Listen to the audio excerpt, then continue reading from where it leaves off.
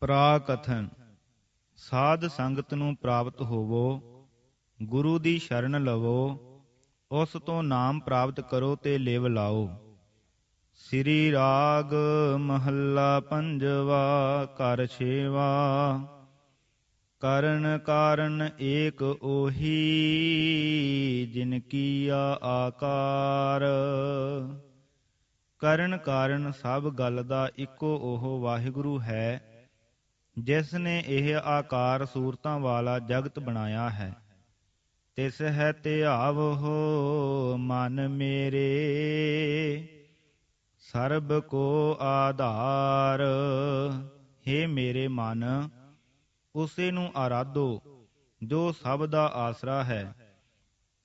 ਗੁਰ ਕੇ ਚਰਨ ਮਨ ਮਹਿ ਧਿਆਇ, ਛੋੜ ਸਗਲ ਸਿਆਣਪਾ, ਸਾਚ ਸ਼ਬਦ ਲਿਵ ਲਾਇ। ਰਹਾਉ।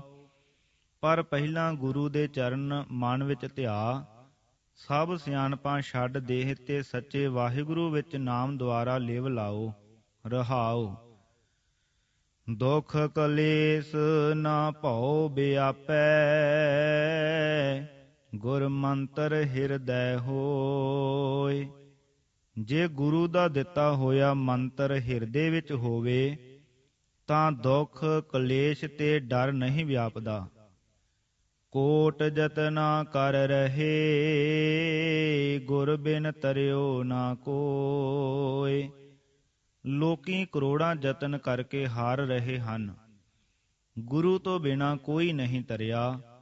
ਦੇਖ ਦਰਸ਼ਨ ਮਨ ਸਾਧਾਰੈ, ਪਾਪ ਸਗਲੇ ਜਾਹੇ। ਗੁਰੂ ਦਾ ਦਰਸ਼ਨ ਦੇਖ ਕੇ ਮਨ ਸੁਧਰ ਜਾਂਦਾ ਹੈ ਤੇ ਸਾਰੇ ਪਾਪ ਚਲੇ ਜਾਂਦੇ ਹਨ। ਹਉ ਤਿਨ ਕੈ ਬਲਿਹਾਰਣੈ, ਜੇ ਗੁਰ ਕੀ ਪੈਰੀ ਪਾਹੇ। ਮੈਂ ਉਹਨਾਂ ਤੋਂ ਸਦਕੇ ਹਾਂ ਜੋ ਗੁਰੂ ਦੀ ਪੈਰੀ ਪੈਂਦੇ ਹਨ। ਸਾਧ ਸੰਗਤ ਮਨ ਵਸੈ, ਸਾਚ ਹਰਿ ਕਾ ਨਾਉ। ਸਾਧੂ ਦੀ ਸੰਗਤ ਦੁਆਰਾ ਹਰੀ ਦਾ ਜੋ ਸੱਚ ਸਰੂਪ ਹੈ, ਨਾਉ ਮਨ ਵਿੱਚ ਵਸ ਜਾਂਦਾ ਹੈ। ਸੇ ਵਡ ਭਾਗੀ ਨਾਨਕਾ, ਜਿਨਾ ਮਨ ਇਹੋ ਭਾਉ। ਹੇ ਨਾਨਕ, ਉਹ ਵੱਡੇ ਭਾਗਾਂ ਵਾਲੇ ਹਨ ਜਿਨ੍ਹਾਂ ਦੇ ਮਨ ਵਿੱਚ ਇਹ ਸਾਧ ਸੰਗਤ ਦਾ ਪ੍ਰੇਮ ਹੈ। ਨਿਰੁਕਤ। ਕਰਨ ਕਾਰਨ ਦਾ ਭਾਵ ਹੈ ਕਾਰਨ ਕਰਨ, ਕਾਰਨ ਕਰਿਓ, ਕਾਰਨਾਂ ਦੇ ਕਰਨ ਵਾਲਾ। ਕਰਨ ਕਾਰਨ ਕਰਨ ਕਰੇਵ ਭਾਵ ਕਾਰਨ ਦਾ ਕਰਤਾ, ਜਗਤ ਦੇ ਕਾਰਨ ਤਤ ਆਦਿ ਦਾ ਕਰਤਾ, ਕਰਤਾਰ। ਆਕਾਰ ਦਾ ਭਾਵ ਹੈ ਸੰਸਕ੍ਰਿਤੀ ਵਿੱਚ ਆਕਾਰ ਭਾਵ ਸਰੂਪ, ਸੂਰਤ ਭਾਵ ਹੈ ਜੋ ਨਿਰ ਪਲਸ ਆਕਾਰ ਹੈ। ਜੋ ਨਿਰ ਆਕਾਰ ਹੈ ਉਸ ਨੇ ਆਕਾਰ ਵਾਲਾ ਜਗਤ ਪੈਦਾ ਕੀਤਾ ਹੈ। ਸਾਧਾਰੈ ਦਾ ਭਾਵ ਹੈ ਸੁਧਾਰੈ, ਠੀਕ ਕਰੇ, ਮਨ ਸੁਧਰ ਜਾਂਦਾ ਹੈ। ਨੰਬਰ 2, ਸੰਪਰਦਾ ਵਿੱਚ ਇੱਕ ਅਰਥ ਸ ਪਲਸ ਆਧਾਰੇ ਵੀ ਕਰਦੇ ਹਨ ਕਿ ਨਿਰ ਆਧਾਰ ਨੂੰ ਸਹਿਤ ਆਧਾਰ ਦੇ ਕਰਦਾ ਹੈ। ਦਰਸ਼ਨ ਕਰਕੇ ਮਨ ਨੂੰ ਆਸਰੇ ਵਾਲਾ ਬਣਾ ਲੈਂਦਾ ਹੈ, ਜੋ ਮੰਨ ਕੇ ਪਹਿਲਾਂ ਆਪ ਨੂੰ ਬੇਆਸਰਾ ਪ੍ਰਤੀਤ ਕਰਦਾ ਸੀ। ਪ੍ਰਾਕਥਨ। ਵਿਕਾਰ ਤਿਆਗ, ਗੁਰੂ ਸੇਵਾ, ਨਾਮ ਦੁਆਰਾ ਗਿਆਨ ਪ੍ਰਾਪਤੀ ਦਾ ਉਪਦੇਸ਼ ਹੈ। ਸ੍ਰੀ ਰਾਗ ਮਹੱਲਾ ਪੰਜਵਾ। ਸੰਚ ਹਰ ਧਨ ਪੂਜ ਸਤਿਗੁਰ, ਛੋੜ ਸਗਲ ਵਿਕਾਰ। ਉਪਦੇਸ਼। ਹਰ ਧਨ ਇਕੱਠਾ ਕਰ, ਸਤਿਗੁਰੂ ਦੀ ਪੂਜਾ ਕਰ, ਸਾਰੇ ਵਿਕਾਰ ਛੋੜ ਦੇਹ। ਪ੍ਰਸ਼ਨ। ਹਰ ਧਨ ਕਿਵੇਂ ਤੇ ਕਿਉਂ ਇਕੱਠਾ ਕਰਾਂ? ਉੱਤਰ। ਜਿਨ ਤੂੰ ਸਾਜ ਸਵਾਰਿਆ, ਹਰ ਸਿਮਰ ਹੋਏ ਉਧਾਰ। ਜਿਸ ਹਰੀ ਨੇ ਤੈਨੂੰ ਸਾਜਿਆ ਤੇ ਸ਼ੁਭ ਗੁਣਾ ਨਾਲ ਭੂਸ਼ਿਤ ਕੀਤਾ ਹੈ, ਉਸ ਦਾ ਸਿਮਰਨ ਕਰ, ਇਸ ਹਰ ਧਨ ਨਾਲ ਤੇਰਾ ਉਧਾਰ ਹੋਵੇਗਾ। ਜਪ ਮਨ ਨਾਮ ਏਕ ਅਪਾਰ, ਹਾਂ ਮੇਰੇ ਮਨ, ਇੱਕੋ ਨਾਮ ਨੂੰ ਜਪ ਜੋ ਪਾਰ ਰਹਿਤ ਹੈ। ਪ੍ਰਾਨ ਮਨ ਤਨ ਜਿਨ ਹੈ ਦੀਆ, ਹਿਰਦੇ ਕਾ ਆਧਾਰ ਰਹਾਉ।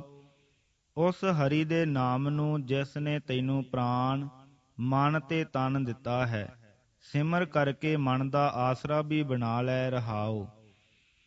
ਕਾਮ ਕ੍ਰੋਧ ਅਹੰਕਾਰ ਮਾਤੇ, ਵਿਆਪਿਆ ਸੰਸਾਰ। ਪ੍ਰਸ਼ਨ, ਵਿਕਾਰਾਂ ਦਾ ਤਿਆਗ ਕੀਕੂ ਕਰਾਂ? ਕਿਉਂਕਿ ਲੋਕੀ ਕੋਈ ਕਾਮ ਵਿੱਚ, ਕੋਈ ਕ੍ਰੋਧ ਵਿੱਚ, ਕੋਈ ਅਹੰਕਾਰ ਵਿੱਚ ਮਸਤ ਹਨ। ਸਭ ਨੂੰ ਕਿਸੇ ਨਾ ਕਿਸੇ ਤਰ੍ਹਾਂ ਸੰਸਾਰ ਵਾਪਰਿਆ ਹੋਇਆ ਹੈ। ਉੱਤਰ, ਪਾਉ ਸੰਤ ਸਰਣੀ ਲਾਗ ਚਰਣੀ, ਮਿਟੈ ਦੁਖ ਅੰਧਾਰ। ਸੰਤਾਂ ਦੀ ਸ਼ਰਣੀ ਪੈ ਜਾ, ਉਹਨਾਂ ਦੇ ਚਰਨਾਂ ਦੀ ਸੇਵਾ ਨੂੰ ਲੱਗ ਪਾਓ। ਜੋ ਵਿਕਾਰ ਕਰਨੇ ਦਾ ਮਾਇਕ ਹਨੇਰਾ ਦੂਰ ਹੋਵੇ ਤੇ ਦੁੱਖ ਮਿਟ ਜਾਵੇ, ਭਾਵ ਆਸਰੀ ਗੁਣ ਹਟਣ। ਸਤ ਸੰਤੋਖ ਦਇਆ ਕਮਾਵੈ, ਇਹ ਕਰਨੀ ਸਾਰ। ਫਿਰ ਸੰਤਾਂ ਦੇ ਉਪਦੇਸ਼ ਅਨੁਸਾਰ ਸਤ ਸੰਤੋਖ ਤੇ ਦਇਆ ਆਦਿ ਦੀ ਜੀਵ ਕਮਾਈ ਕਰੇ। ਇਹ ਕਰਨੀ ਉਸ ਤੋਂ ਸ਼੍ਰੇਸ਼ਟ ਹੈ, ਕਿਉਂਕਿ ਇਹ ਦੈਵੀ ਗੁਣਾਂ ਦਾ ਸੰਗ੍ਰਹਿ ਕਰਨਾ ਹੈ। ਆਸਰੀ ਗੁਣ ਤਿਆਗਦਾ, ਦੈਵੀ ਗੁਣ ਧਾਰਦਾ, ਹੁਣ ਹਉ ਦਾ ਤਿਆਗ ਸਿੱਖੇ। ਆਪ ਛੋੜ ਸਭ ਹੋਏ ਰੇਣਾ, ਜਿਸ ਦੇ ਪ੍ਰਭ ਨਿਰੰਕਾਰ। ਇਉਂ ਕਿ ਆਪਾ ਭਾਵ ਦਾ ਤਿਆਗ ਕਰੇ, ਇਹ ਤਾਂ ਅੰਦਰੋਂ ਛੱਡੇ। ਬਾਹਰ ਵਰਤੋਂ ਵਿੱਚ ਆਪਣੇ ਆਪ ਨੂੰ ਸਭ ਦੀ ਰੇਣ ਹੋ ਕੇ ਵਰਤੇ। ਭਾਵ ਵਰਤੋਂ ਜਦ ਨਿਮਰਤਾ ਦੀ ਕਰੇਗਾ ਤਾਂ ਵਰਤੋਂ ਵੀ ਨਿਰ-ਅਭਿਮਾਨਤਾ ਵਾਲੀ ਹੋ ਜਾਏਗੀ। ਇਹ ਹਉ ਤਿਆਗ ਹਉ ਦੇ ਜ਼ੋਰ ਨਾਲ ਨਹੀਂ ਹੋ ਸਕਦਾ। ਤਾਂ ਤੇ ਇਹ ਸਮਝੇ ਕਿ ਇਹ ਆਪਾ ਤਿਆਗਣਾ ਪ੍ਰਭੂ ਦੀ ਦਾਤ ਹੈ, ਜਿਸ ਨੂੰ ਨਿਰੰਕਾਰ ਪ੍ਰਭੂ ਦੇ ਦੇਵੇ ਸੋ ਦੇ ਦੇਵੇ।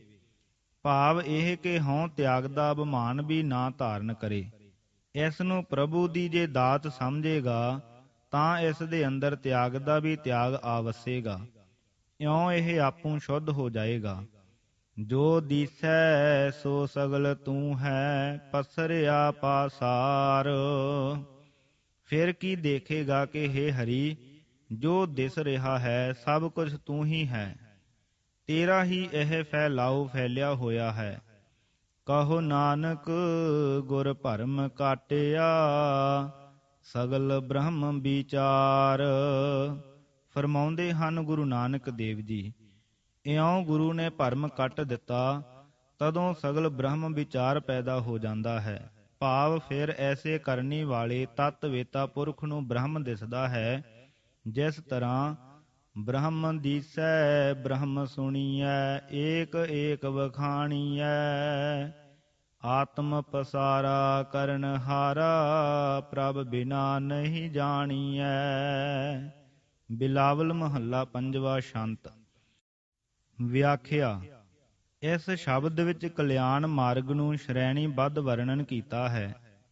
ਨੰਬਰ 1, ਵਿਕਾਰਾਂ ਦਾ ਤਿਆਗ। ਇਸ ਦਾ ਸਾਧਨ ਹੈ ਸੰਤ ਸ਼ਰਨ ਤੇ ਸਤਿਗੁਰ ਸ਼ਰਨ। ਵਿਕਾਰਾਂ ਦਾ ਤਿਆਗ ਆਸਰੀ ਸੰਪਦਾ ਦਾ ਤਿਆਗ ਹੈ। ਨੇਕੀ ਹੈ ਪਰ ਮੁਕੰਮਲ ਨੇਕੀ ਨਹੀਂ, ਮਾਨੋ ਮਨਫੀ ਨੇਕੀ ਹੈ। ਨੰਬਰ 2, ਹੁਣ ਦੈਵੀ ਸੰਪਦਾ ਦਾ ਸੰਚਨ ਦੱਸਦੇ ਹਨ। ਸਤ ਸੰਤੋਖ ਦਇਆ ਆਦਿ ਸ਼ੁਭ ਗੁਣ ਧਾਰਨ ਕਰਨੇ, ਇਹ ਹੈ ਮੁਸੱਬਤ ਨੇਕੀ। ਦੈਵੀ ਗੁਣਾਂ ਦਾ ਸੰਚਨ ਹਰੀ ਧਨ ਦੀ ਕਾਇਮੀ ਵਿੱਚ ਸਹਾਈ ਹੁੰਦਾ ਹੈ। ਨੰਬਰ 3, ਨਾਮ। ਇਹਨਾਂ ਗੁਣਾਂ ਦੇ ਨਾਲ ਨਾਮ ਦਾ ਸਿਮਰਨ ਕਰਨਾ ਹੈ। ਇਹੋ ਹਿਰਦੇ ਦਾ ਆਧਾਰ ਬਣੇਗਾ। ਜਿੱਥੇ ਹਿਰਦੇ ਦੇ ਅੰਦਰ ਮਾਇਆ ਤੇ ਮਾਇਕ ਪ੍ਰੇਮ ਪ੍ਰਧਾਨ ਸੀ, ਉਥੇ ਨਾਮ ਦਾ ਆਧਾਰ ਹੋ ਜਾਏਗਾ। ਫਿਰ ਇਸ ਨੂੰ ਆਪਣੇ ਸਿਮਰਨ ਤੋਂ ਅੱਗੇ ਅਪਾਰ ਨਾਮ ਨਾਲ ਮੇਲ ਹੋ ਜਾਏਗਾ। ਜਿਸ ਨਾਮ ਦੇ ਧਾਰੇ ਆਕਾਸ਼ ਪਾਤਾਲ ਹਨ, ਜਿਸ ਨਾਮ ਨੂੰ ਆਸਾ ਦੀ ਵਾਰ ਵਿੱਚ ਦੁਈ ਕੁਦਰਤ ਦੇ ਲੇਖੇ ਤੋਂ ਉਰੇ ਏਕੇ ਵਿੱਚ ਵਰਣਨ ਕੀਤਾ ਹੈ। ਜਿਸ ਤਰ੍ਹਾਂ ਆਪੀ ਨੈ ਆਪ ਸਾਜਿਓ, ਆਪੀ ਨੈ ਰਚਿਓ ਨਾਉ। ਆਸਾ ਵਾਰ ਮਹੱਲਾ ਪਹਿਲਾ। ਇਸੇ ਕਰਕੇ ਇੱਥੇ ਨਾਮ ਨੂੰ ਅਪਾਰ ਕਿਹਾ ਹੈ। ਅਪਾਰ ਦਾ ਨਾਮ ਵੀ ਅਪਾਰ ਹੈ। ਨੰਬਰ 4 ਹਉ ਤਿਆਗ। ਜਦ ਅਪਾਰ ਨਾਮ ਦੇ ਸਿਮਰਨ ਵਿੱਚ ਜੀ ਦਾ ਆਧਾਰ ਇਹ ਨਾਮ ਹੋ ਗਿਆ, ਤਦ ਜਾਣੋ ਮਾਇਆ ਅੰਦਰ ਨਹੀਂ ਰਹੀ। ਹੁਣ ਜੋ ਲੇਸ਼ ਮਾਤਰ ਜਾਂ ਪਾਰਦਰਸ਼ਕ ਸ਼ਕਲ ਦੀ ਹਉਮੈ ਹੈ, ਉਹ ਦੂਰ ਕਰੋ। ਉਹ ਇਉਂ ਹੋਸੀ ਕਿ ਜੋ ਪ੍ਰਾਪਤੀ ਹੋਈ ਹੈ ਜਾਂ ਮਾਇਆ ਬਿਲਾਈ ਹੈ, ਇਹ ਮੈਂ ਕੀਤੀ ਹੈ ਦੇ ਭਾਵ ਨੂੰ ਅੰਦਰ ਨਾ ਆਉਣ ਦੇਵੋ। ਆਵੇ ਤਾਂ ਦੂਰ ਕਰ ਦਿਓ। ਇਸ ਨੂੰ ਮਿਹਰ ਸਮਝੋ ਕਿ ਇਹ ਨਿਰੰਕਾਰ ਨੇ ਮੈਨੂੰ ਬਖਸ਼ਿਸ਼ ਕੀਤੀ ਹੈ। ਤਦ ਤਿਆਗ ਦੇ ਤਿਆਗ ਦਾ ਵੀ ਅਭਿਮਾਨ ਨਾ ਰਹੇਗਾ। ਨੰਬਰ 5 ਬ੍ਰਹਮ ਦ੍ਰਿਸ਼ਟੀ। ਹੁਣ ਅਭਿਆਸੀ ਬ੍ਰਹਮ ਦ੍ਰਿਸ਼ਟੀ ਤੇ ਅੱਪੜ ਪਏਗਾ, ਪਰ ਇਹ ਵੀ ਮਿਹਰ ਹੈ। ਪਰਮ ਤਿਆਗ ਦੇ ਅੰਤ ਤੇ ਬ੍ਰਹਮ ਦ੍ਰਿਸ਼ਟੀ ਦੇ ਵਿਚਕਾਰ ਦੇਹ ਪ੍ਰਭ ਨਿਰੰਕਾਰ ਦਾ ਵਾਕ ਰੱਖਿਆ ਹੈ। ਕਿਉਂਕਿ ਜੀਵ ਸਾਧਨ ਸੰਪਤੀ ਸਭ ਕੁਝ ਕਰ ਕਰਾ ਕੇ ਅੰਤ ਦੇ ਅੰਤ ਤੇ ਅੱਪੜਦਾ ਹੈ। ਅੱਗੋਂ ਅਨੰਤ ਦੀ ਮਿਹਰ ਇਸ ਨੂੰ ਖਿੱਚ ਕੇ ਅਨੰਤ ਵਿੱਚ ਲੈ ਜਾਂਦੀ ਹੈ। ਵਾਕ ਹੈ ਬਾਹਾ ਪਕਰ ਪ੍ਰੇਸੇਜੈ ਆਨੀ। ਆਸਾ ਮਹੱਲਾ ਪੰਜਵਾ। ਇਉਂ ਵਿਕਾਰ ਤਿਆਗ ਤੋਂ ਸ਼ੁਰੂ ਹੋ ਕੇ ਬ੍ਰਹਮ ਪ੍ਰਾਪਤੀ ਤੱਕ ਨਾਮੀ ਪੁਰਖ ਅੱਪੜ ਜਾਂਦਾ ਹੈ। ਨਿਰੁਕਤ। ਸੰਚ ਦਾ ਭਾਵ ਹੈ ਇਕੱਠਾ ਕਰ। ਹਰ ਧਨ ਭਾਵ ਹਰੀ ਰੂਪੀ ਧਨ, ਹਰੀ ਨਾਮ ਰੂਪੀ ਧਨ। ਅਪਾਰ ਪਾਰ ਤੋਂ ਰਹਿਤ ਬੇਅੰਤ। ਅਪਾਰ ਪ੍ਰਭੂ ਦਾ ਨਾਮ ਅਪਾਰ ਹੈ। ਵਿਆਪਿਆ ਦਾ ਭਾਵ ਹੈ ਵਾਪਰ ਰਿਹਾ ਹੈ, ਗ੍ਰਸ ਰਿਹਾ ਹੈ। ਸਾਰ ਦਾ ਭਾਵ ਹੈ ਸ਼੍ਰੇਸ਼ਟ, ਚੰਗੀ, ਅਸਲੀ। ਰੇਣਾ ਦਾ ਭਾਵ ਹੈ ਧੂੜ। ਪ੍ਰਾਕਥਨ। ਕਰਮ ਜਾਲ ਤੋਂ, ਕਰਮ ਦੇ ਹਿਸਾਬਾਂ ਵਿੱਚ ਫਾਤੇ ਰਹਿਣ ਤੋਂ, ਫਜ਼ਲ ਦੇ ਦਰਜੇ ਵਿੱਚ ਅੱਪੜਿਆ ਵਾਹਿਗੁਰੂ ਨੂੰ ਵਿਆਪਕ ਲਖਣ ਵਾਲਾ ਮਾਨ ਅਭਿਮਾਨ ਤੋਂ ਪਰੇ ਕੋਈ ਵਿਰਲਾ ਭਗਤ ਹੁੰਦਾ ਹੈ। ਉਹੀ ਗੁਰਮੁਖ ਹੈ। ਗੁਰਮੁਖ ਜੋ ਗੁਰੂ ਸ਼ਰਨ ਤੋਂ ਇਸ ਮਰਾਤਬੇ ਨੂੰ ਪੁੱਜਾ ਹੈ। ਸ੍ਰੀ ਰਾਗ ਮਹੱਲਾ ਪੰਜਵਾ। ਦੁਕ੍ਰਿਤ ਸੁਕ੍ਰਿਤ ਮੰਦੇ ਸੰਸਾਰ ਸਗਲਾਣਾ। ਸਾਰਾ ਹੀ ਸੰਸਾਰ ਮਾੜੇ ਕਰਮਾਂ ਤੇ ਚੰਗੇ ਕਰਮਾਂ ਵਿੱਚ ਫਾਥਾ ਪਿਆ ਹੈ। ਦੋਹੋਂ ਤੇ ਰਹਿਤ ਭਗਤ ਹੈ, ਕੋਈ ਵਿਰਲਾ ਜਾਣਾ। ਦੋਹਾਂ ਦੀ ਫਾਂਸ ਤੋਂ ਰਹਿਤ ਕੋਈ ਭਗਤ ਹੁੰਦਾ ਹੈ, ਪਰ ਉਹ ਕੋਈ ਵਿਰਲਾ ਜਾਣਿਆ ਜਾਂਦਾ ਹੈ, ਭਾਵ ਹੁੰਦਾ ਹੈ। ਠਾਕੁਰ ਸਰਬੇ ਸਮਾਣਾ। ਠਾਕੁਰ ਸਭ ਵਿੱਚ ਵਿਆਪਕ ਹੋ ਰਿਹਾ ਹੈ। ਕਿਆ ਕਹੋ ਸੁਣੋ ਸੁਆਮੀ, ਤੂੰ ਵੱਡ ਪੁਰਖ ਸੁਜਾਣਾ। ਰਹਾਉ। ਹੇ ਸੁਆਮੀ, ਸੁਣੋ ਮੈਂ ਕੀ ਆਖਾਂ। ਤੂੰ ਵੱਡਾ ਪੁਰਖ ਹੈ ਤੇ ਭਲੀ ਪ੍ਰਕਾਰ ਜਾਣਨੇ ਵਾਲਾ ਹੈ। ਰਹਾਉ। ਮਾਨ ਅਭਿਮਾਨ ਮੰਦੇ ਸੋ ਸੇਵਕ ਨਾਹੀ। ਜੋ ਆਪਣੀ ਜਾਤੀ ਆਦਿ ਦੇ ਮਾਣ ਵਿੱਚ ਹੈ, ਜੋ ਵਿਦਿਆ ਆਦਿ ਗੁਣ ਕਰਕੇ ਅਭਿਮਾਨ ਵਿੱਚ ਹੈ, ਉਹ ਸੇਵਕ ਭਾਵ ਭਗਤ ਨਹੀਂ ਹੈ। ਤਤ ਸਮਦਰਸੀ ਸੰਤ ਹੋ, ਕੋਈ ਕੋਟ ਮੰਦਾਹੀ। ਹੇ ਸੰਤੋ, ਜੋ ਜਗਤ ਦੇ ਤੱਤ ਭਾਵ ਪਰਮਾਤਮ ਦੇਵ ਨੂੰ ਦੇਖਦਾ ਹੈ ਤੇ ਸਭ ਵਿੱਚ ਉਸ ਨੂੰ ਸਮ ਇੱਕੋ ਜਿਹਾ ਵਿਆਪਕ ਦੇਖਣਹਾਰ ਹੈ, ਐਸਾ ਭਗਤ ਕੋਈ ਕਰੋੜਾਂ ਵਿੱਚੋਂ ਇੱਕ ਹੁੰਦਾ ਹੈ। ਕਹਿਣ ਕਹਾਵਨ ਇਹੋ ਕੀਰਤ ਕਰ ਲਾ। ਕਥਾ ਵਾਰਤਾ ਦਾ ਸੋਹਣਾ ਕਹਿਣ ਕਹਾਵਨ ਇਹ ਆਪਣੀ ਕੀਰਤੀ ਦਾ ਹੀ ਰਸਤਾ ਹੈ। ਜਿਸ ਤਰ੍ਹਾਂ ਰਸ ਕਸ ਆਪ ਸਲਾਹਣਾ, ਇਹ ਕਰਮ ਮੇਰੇ ਕਰਤਾਰ। ਸ੍ਰੀ ਰਾਗ ਮਹੱਲਾ ਪਹਿਲਾ। ਕਥਨ ਕਹਿਣ ਤੇ ਮੁਕਤਾ, ਗੁਰਮੁਖ ਕੋਈ ਵਿਰਲਾ। ਐਸੇ ਕਥਨ ਕਹਿਣ ਤੋਂ ਰਹਿਤ ਗੁਰਮੁਖ ਕੋਈ ਵਿਰਲਾ ਹੈ। ਗਤ ਅਵਗਤ ਕਛ ਨਦਰ ਨਾ ਆਇਆ। ਗਤ ਅਵਗਤ ਕੁਛ ਨਜ਼ਰ ਨਹੀਂ ਆਇਆ। ਸੰਤਨ ਕੀ ਰੇਣ ਨਾਨਕ ਦਾਨ ਪਾਇਆ। ਹੇ ਨਾਨਕ, ਮੈਂ ਜੋ ਦਾਨ ਪ੍ਰਭੂ ਤੋਂ ਪਾਇਆ ਹੈ, ਉਹ ਸੰਤਾਂ ਦੀ ਰੇਣ ਹੈ। ਵਿਆਖਿਆ। ਜਾਪਦਾ ਹੈ ਕਿ ਰਹਾਉ ਦੀ ਦੂਸਰੀ ਤੁਕ ਵਿੱਚ ਇਸ ਸ਼ਬਦ ਦੀ ਉਥਾਨਕਾ ਦਾ ਇਸ਼ਾਰਾ ਹੈ। ਕਿਸੇ ਮਹਾਨ ਵਿਦਵਾਨ ਤੇ ਪ੍ਰਸਿੱਧ ਪਰਮਾਰਥਿਕ ਵਿਅਕਤੀ ਨਾਲ ਵਿਚਾਰ ਹੋਈ ਹੈ। ਉਹ ਗਿਆਨ ਦੀਆਂ ਗੱਲਾਂ ਕਰ ਰਿਹਾ ਹੈ। ਜੋ ਮਨ ਨੂੰ ਤਰਕ ਵਿਤਰੇਕ ਨਾਲ ਕੇਵਲ ਸਮਝ ਦੀ ਤੀਖਣਤਾ ਮਾਤਰ ਵਿੱਚ ਤਾਂ ਲੈ ਜਾਂਦਾ ਹੈ, ਪਰ ਸੱਚਮੁੱਚ ਗੁਰਮੁਖ ਨਹੀਂ ਬਣਾਉਂਦਾ। ਪਰ ਉਹ ਪੁਰਖ ਭਲਾ ਹੈ, ਉਸ ਨੂੰ ਦੱਸ ਰਹੇ ਹਨ, ਹੇ ਸੁਆਮੀ ਸੁਣ, ਤੂੰ ਵੱਡਾ ਸੁਜਾਨ ਪੁਰਖ ਗਿਆਨੀ ਸਦਾਉਂਦਾ ਹੈ। ਤੈਨੂੰ ਮੈਂ ਕੀ ਦੱਸਾਂ, ਤੂੰ ਜਾਣਦਾ ਹੈ ਕਿ ਉਹ ਠਾਕੁਰ ਸਾਰੇ ਵਿਆਪਕ ਹੈ, ਉਸ ਦੀ ਭਗਤੀ ਮੁੱਖ ਵਸਤੂ ਹੈ। ਪਰ ਸੰਸਾਰ ਚੰਗੇ ਮਾੜੇ ਕਰਮਾਂ ਦੇ ਫਲਾਂ ਦੀ ਵਿਚਾਰ ਤੇ ਬਹਿਸ ਵਿੱਚ ਹੈ। ਕਰਮਾਂ ਦੁਆਰੇ ਹੀ ਮੁਕਤੀ ਲੱਭ ਰਿਹਾ ਹੈ। ਇਸ ਉਲਝਣ ਵਿੱਚ ਉਹ ਸਰਬ ਸਮਾਨੇ ਠਾਕੁਰ ਦੇ ਅੰਦਰ ਬਾਹਰ ਹੁੰਦਿਆਂ ਵੀ ਠਾਕੁਰ ਤੋਂ ਦੂਰ ਹੈ, ਕਿਉਂਕਿ ਉਹ ਕਰਮ ਅਕਰਮ ਦੀ ਵਿਚਾਰ ਕਰ ਰਿਹਾ ਹੈ। ਕਰਮ ਅਕਰਮ ਵਿਚਾਰੀਐ, ਸੰਕਾ ਸੁਣ ਵੇਦ ਪੁਰਾਨ। ਗੌੜੀ ਰਵਿਦਾਸ ਜੀ। ਦੂਸਰੇ ਉਹ ਲੋਕ ਹਨ ਜੋ ਗਿਆਨ ਮਾਰਗ ਦੇ ਕਾਇਲ ਹਨ। ਉਹ ਤਤ ਦੇ ਦਰਸ਼ਨ ਤੇ ਸਮਦਰਸ਼ੀ ਕਹਾਉਂਦੇ ਹਨ, ਪਰ ਸੱਚਮੁੱਚ ਪ੍ਰਮਾਤਮ ਦੇਵ ਨੂੰ ਅਨੁਭਵ ਕਰਨ ਵਾਲਾ ਤੇ ਉਸ ਨੂੰ ਸਭਨਾਂ ਵਿੱਚ ਇੱਕੋ ਜਿਹਾ ਰਮ ਰਿਹਾ ਦੇਖਣ ਅਰਥਾਤ ਲਖ ਲੈਣ ਵਾਲਾ ਵਿਰਲਾ ਹੈ। ਉਹ ਹੈ ਅਸਲੀ ਗੁਰਮੁਖ। ਬਾਕੀ ਦੇ ਕਥਾ ਵਾਰਤਾ ਵਿਆਖਿਆਨ ਕਰਨ ਵਾਲੇ ਲਾਇਕ ਤੋਂ ਲਾਇਕ ਸਿਆਣੇ ਆਪਣੇ ਸੁੰਦਰ ਭਾਸ਼ਣਾਂ ਨਾਲ ਆਪਣੀ ਕੀਰਤੀ ਬਣਾ ਰਹੇ ਹਨ ਕਿ ਦੇਖੋ ਕੈਸੇ ਪੰਡਤ ਹਨ। ਇਹ ਸਮਦਰਸ਼ੀ ਜ਼ਰੂਰ ਅਖਵਾਉਂਦੇ ਹੋਣਗੇ, ਪਰ ਇਹ ਮਾਨ ਅਭਿਮਾਨ ਵਿੱਚ ਅਜੇ ਫਸੇ ਹਨ। ਜੋ ਚਾਹੋ ਕੁਛ ਪਰਮਾਰਥ ਵਿੱਚ ਵੱਧ ਚੁੱਕੇ ਹਨ, ਪਰ ਮਾਨ ਅਭਿਮਾਨ ਨੂੰ ਅਜੇ ਜਿੱਤ ਨਹੀਂ ਸਕੇ। ਉਹ ਵੀ ਤਤ ਸਮਦਰਸ਼ੀ ਭਗਤ ਨਹੀਂ ਹਨ। ਸਿੱਟੇ ਦੀ ਗੱਲ ਇਹ ਹੈ ਕਿ ਨਿਰੇ ਕਰਮ ਹਿਸਾਬ ਨਾਲ ਕਿ ਨਿਰੇ ਗਿਆਨ ਘੋਖਣ ਨਾਲ ਕੋਈ ਸਦਗਤੀ ਨੂੰ ਨਹੀਂ ਪਹੁੰਚਾ। ਸੱਚਮੁੱਚ ਦਾ ਗੁਰਮੁਖ ਜੀਵਨ ਬਸਰ ਕਰਨੇ ਲਈ, ਸੱਚਮੁੱਚ ਦਾ ਤਤ ਸਮਦਰਸ਼ੀ ਹੋਣੇ ਲਈ ਸੰਤਾਂ ਦੀ ਸੰਗਤ ਠੀਕ ਉਪਚਾਰ ਹੈ। ਜਿੱਥੋਂ ਇੱਕ ਤਾਂ ਸਤ ਉਪਦੇਸ਼ ਮਿਲਦਾ ਹੈ, ਇੱਕ ਉਹਨਾਂ ਦਾ ਅੰਦਰੋਂ ਬਾਹਰੋਂ ਸੱਚਾ ਤੇ ਸੁੱਚਾ ਜੀਵਨ ਅੱਖਾਂ ਦੇ ਸਾਹਮਣੇ ਰਹਿਨੁਮਾਈ ਕਰਦਾ ਹੈ। ਤੀਸਰੇ ਉਹਨਾਂ ਦੀ ਕਿਰਪਾ ਦਾ ਸੁਭਾਗ ਲੱਗਦਾ ਹੈ। ਉਹਨਾਂ ਦੀ ਅਸ਼ੀਰਵਾਦ ਤੇ ਸੁਫਲ ਕਾਰਜ ਰਾਸ ਕਰਦਾ ਹੈ। ਇਸ ਤਰ੍ਹਾਂ ਜਗਿਆਸੂ ਸਿੱਧੀ ਸੇਧ ਪਰਮੇਸ਼ਰ ਪ੍ਰਾਪਤੀ ਦੀ ਬੰਨ ਕੇ ਉਸ ਦੇ ਪ੍ਰੇਮ ਮਾਰਗ ਤੇ ਤੁਰ ਪੈਂਦਾ ਹੈ। ਪ੍ਰੇਮ ਕਰਦਾ ਫਜ਼ਲ ਦੇ ਮੰਡਲ ਵਿੱਚ ਪਹੁੰਚ ਜਾਂਦਾ ਹੈ। ਕਰਮ ਹੇਠਾਂ ਰਹਿ ਜਾਂਦੇ ਹਨ। ਉਸ ਦੇ ਸਾਧਾਰਨ ਕਰਮ ਸੁਤੇ ਹੀ ਭਲੇ ਹੋ ਜਾਂਦੇ ਹਨ। ਬ੍ਰਹਮ ਗਿਆਨੀ ਕੈ ਹੋਏ ਸੋ ਭਲਾ, ਸੁਖਮਨੀ ਸਾਹਿਬ। ਇਸੀ ਤਰ੍ਹਾਂ ਪ੍ਰੇਮ ਕਰਦਿਆਂ ਉਸ ਨੂੰ ਹਜ਼ੂਰੀ ਵਾਸ ਮਿਲਦਾ ਹੈ। ਹਜ਼ੂਰੀ ਵਿੱਚ ਵਾਸਾ ਉਸ ਨੂੰ ਅਮਲੀ ਤੌਰ ਤੇ ਵਾਹਿਗੁਰੂ ਦੀ ਸੰਧ ਵਿੱਚ ਮੇਲ ਦਿੰਦਾ ਹੈ। ਉਸ ਮਿਹਰ ਪੁੰਜ ਦੀ ਰਹਿਮਤ ਉਸ ਨੂੰ ਆਪਣੇ ਵਿੱਚ ਮੇਲ ਲੈਂਦੀ ਹੈ। ਇਉਂ ਭਗਤ ਪੁਰਖ ਵਾਹਿਗੁਰੂ ਜੀ ਦਾ ਸਦਾ ਅਨੁਭਵੀ ਹੋ ਕੇ ਗੁਰਮੁਖ ਸਦਾਉਂਦਾ ਹੈ।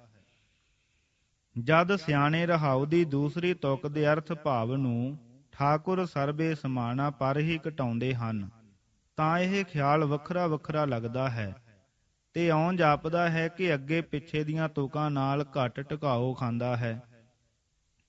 ਜੇ ਬਹੁਤ ਜ਼ੋਰ ਲਾ ਕੇ ਅੱਗੇ ਪਿੱਛੇ ਨਾਲ ਮੇਲ ਟੋਲੀਏ ਤਾਂ ਇਉਂ ਮੇਲ ਖਾਂਦਾ ਜਾਪਦਾ ਹੈ ਕਿ ਠਾਕੁਰ ਸਰਬ ਵਿੱਚ ਸਮਾ ਰਿਹਾ ਹੈ।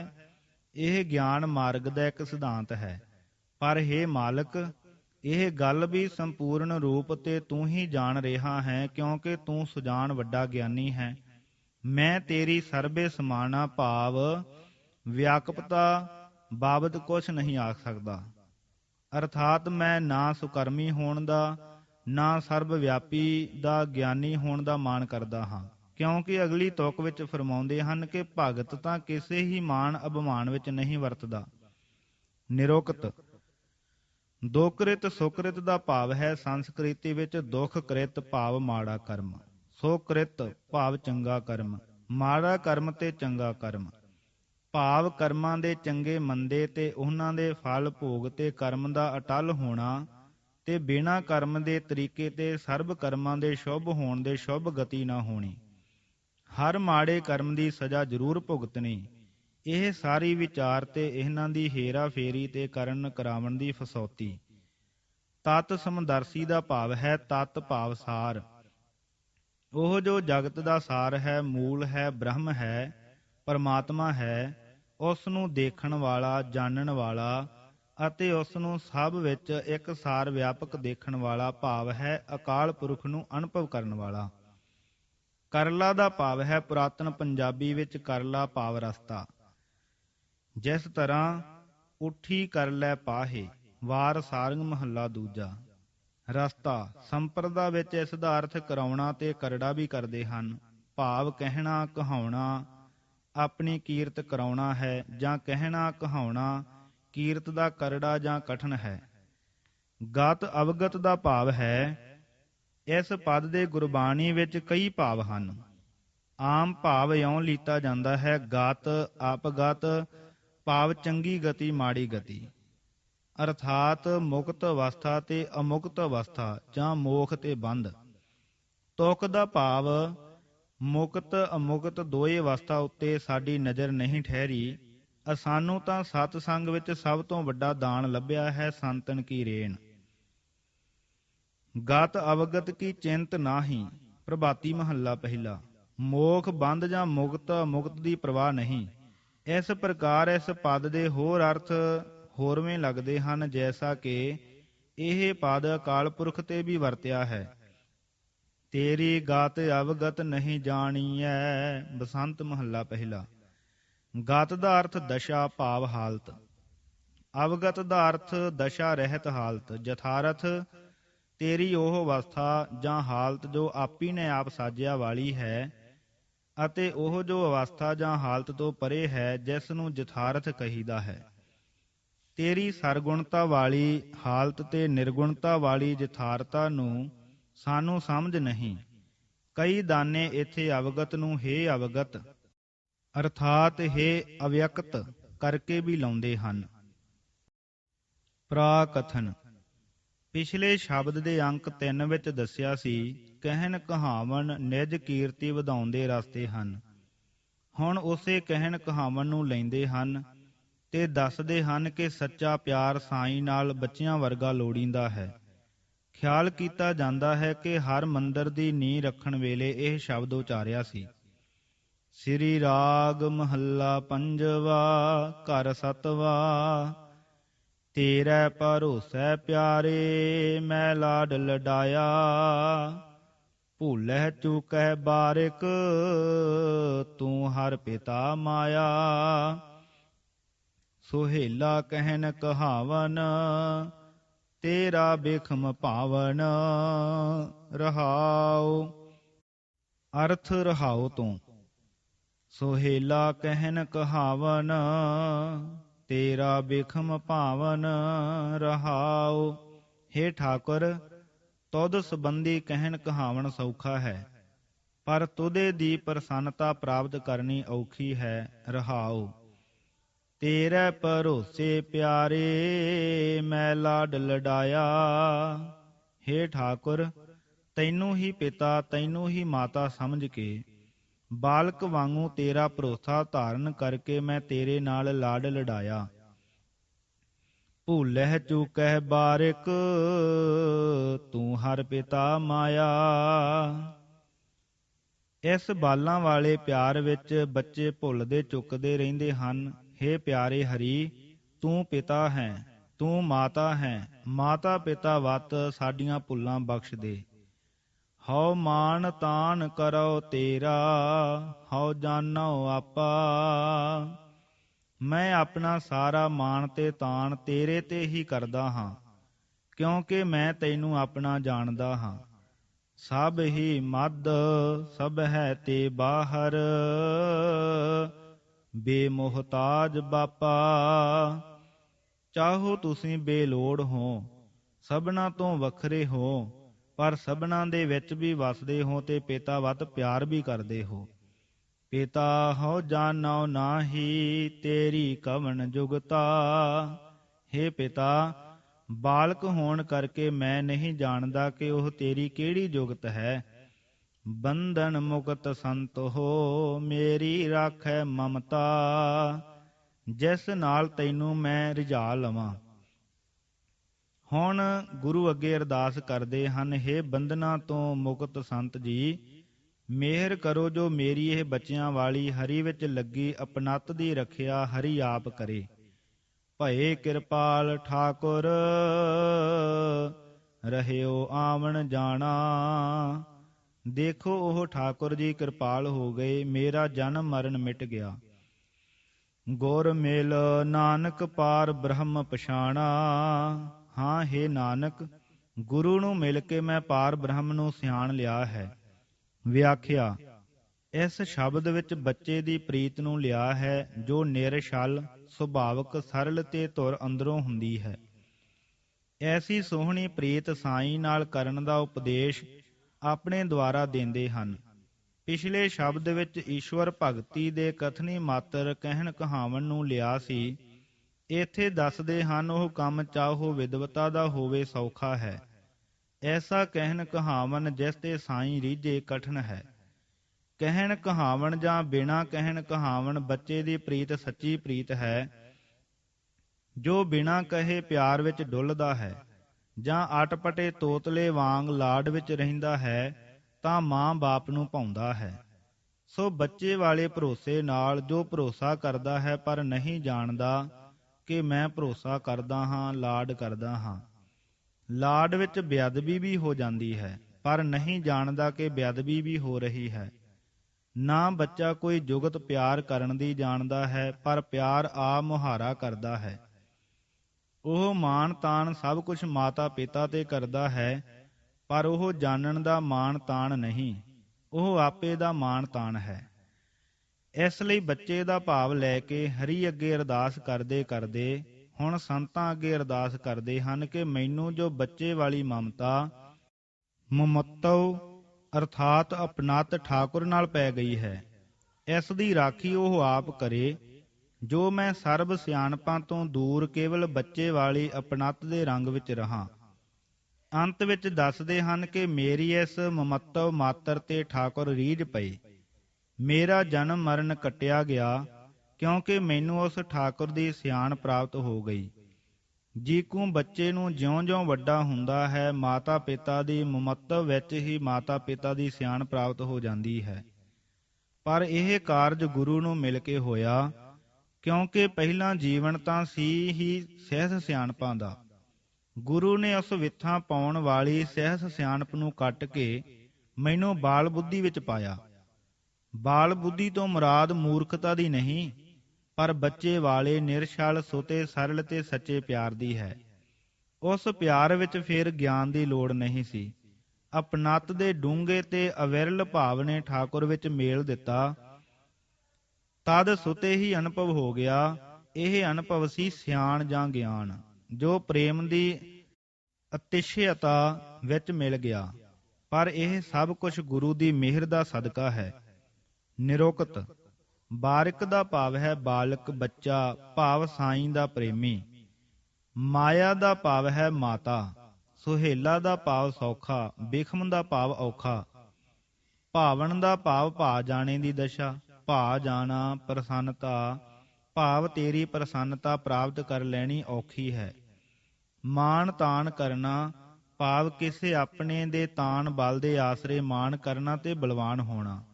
ਮਦ ਦਾ ਭਾਵ ਵਿੱਚ।